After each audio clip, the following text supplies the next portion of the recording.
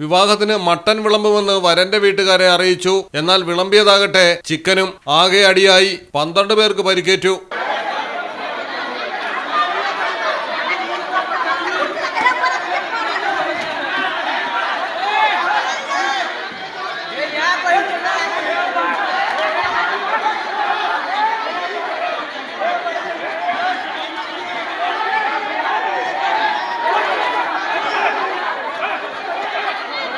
ബീഹാറിലാണ് സംഭവം. സഹർസ ജില്ലയിലെ സിമ്രി ബക്തിയാർപൂരിൽ മുഹമ്മദ് അബ്ദുള്ള എന്ന വ്യക്തിയും മുഹമ്മദ് ജാവേദ് എന്നയാളുടെ മകളുമായായിരുന്നു നിക്കാഹ്.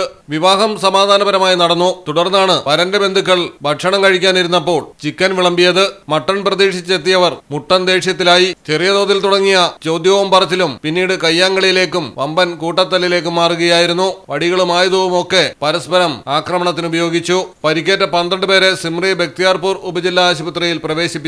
പോലീസ് എത്തി രംഗം ശാന്തമാക്കുമ്പോഴേക്കും ഏകദേശം എല്ലാം തകർക്കപ്പെട്ടിരുന്നു. News desk Malayalam television.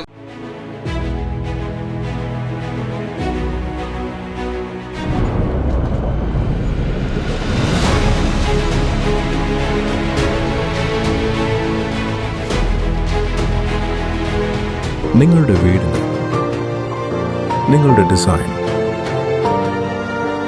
G-Land Steel Doors and Windows.